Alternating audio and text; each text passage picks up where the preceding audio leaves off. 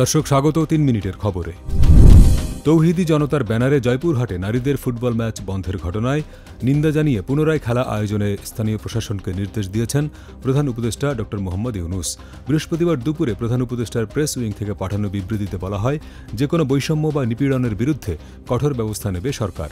বিবৃতিতে বলা হয়, কেউ নারীদের অধিকার লঙ্ঘন করার মতো ঘটনায় সম্পৃক্ত হলে বা এই ধরনের বেআইনি বিধিনিষেধ আরোপের সঙ্গে যুক্ত হলে তিনি বা তারা দেশের প্রচলিত আইনে যথাযথ ব্যবস্থার মধ্যে পড়বেন।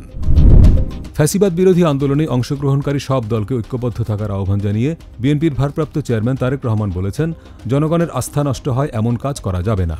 বুধবার সন্ধ্যায় ঝিনাইদহ, যশোর ও নড়াইল জেলা বিএনপি আয়োজিত রাষ্ট্রকাঠামো মেরামতে ৩১ দফা ও জনসম্পৃক্তি শীর্ষক কর্মশালায় ভার্চুয়ালি যুক্ত হয়ে তারেক রহমান বলেন, ৩১ দফা বাস্তবায়নের মাধ্যমে সকল জুলুম ও নির্যাতনের প্রতিশোধ নেবে বিএনপি।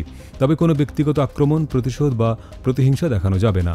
বিএনপির বিরুদ্ধে দেশি বিদেশি ষড়যন্ত্র হচ্ছে দাবি করে তারেক রহমান বলেন, সকল ষড়যন্ত্র মোকাবেলায় ঐক্যবদ্ধ থাকতে হবে।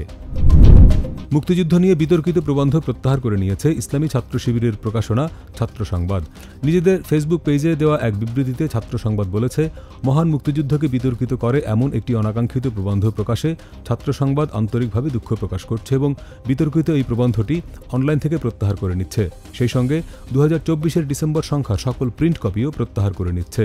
ছাত্র সংবাদের ডিসেম্বর ২০২৪ সংখ্যায় যুগে যুগে স্বৈরাচার ও তাদের করুণ পরিণতি শীর্ষক প্রবন্ধে বলা হয়েছিল, সে সময়ের অনেক মুসলিম না বুঝে মুক্তিযুদ্ধে জড়িয়ে পড়েছিলেন। এটি তাদের ব্যর্থতা ও অদূরদর্শিতা ছিল। মুক্তিযুদ্ধ নিয়ে বিতর্কিত এই মন্তব্যের পর ছাত্র সংবাদ সমালোচনার মুখে পড়ে। বিএনপির ছাত্র সংগঠন ছাত্রদলও এক বিবৃতিতে মুক্তিযুদ্ধের ইতিহাস অবমাননার নিন্দা জানিয়ে শিবিরকে জাতির কাছে ক্ষমা চাওয়ার আহ্বান জানায়। আলোচনা সমালোচনার পর সাহিত্য পুরস্কারের জন্য নতুন তালিকা প্রকাশ করেছে বাংলা একাডেমি। নতুন তালিকায় আগের তালিকায় থাকা ৩ জনকে বাদ দেওয়া হয়েছে। তারা হলেন মোহাম্মদ হান্নান, ফারুক নওয়াজ ও সেলিম মোরশেদ। বাকি ৭ জন বহাল আছেন। তারা হলেন সলিমুল্লাহ খান, মাসুদ খান, শুভাশিস সিনহা, GH হাবিব, মোহাম্মদ শাহজাহান মিয়া, রেজাউর রহমান ও সৈয়দ জামিল আহমেদ। তবে ৩ জনকে কেন বাদ দেওয়া হয়েছে তা পরিষ্কার নয়। গত ২৩শে জানুয়ারি বাংলা একাডেমি সাহিত্য পুরস্কার ২০২৪ ঘোষণা করা হয়। এ নিয়ে সোশ্যাল মিডিয়ায় সমালোচনা শুরু হলে তালিকাটি স্থগিত করা হয়।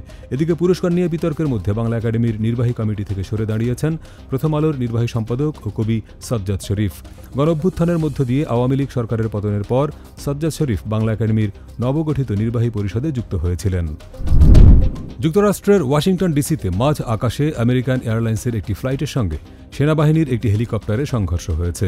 ওয়াশিংটনের স্থানীয় সময় বুধবার রাত 11:30 পর্যন্ত অন্তত 18 জনের মরদেহ উদ্ধার করা হয়েছে। এখন পর্যন্ত জীবিত কাউকে উদ্ধার করা সম্ভব হয়নি।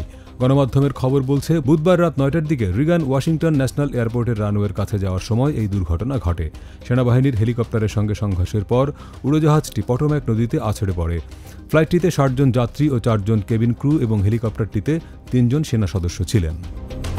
এতক্ষণ সাথে থাকার জন্য ধন্যবাদ।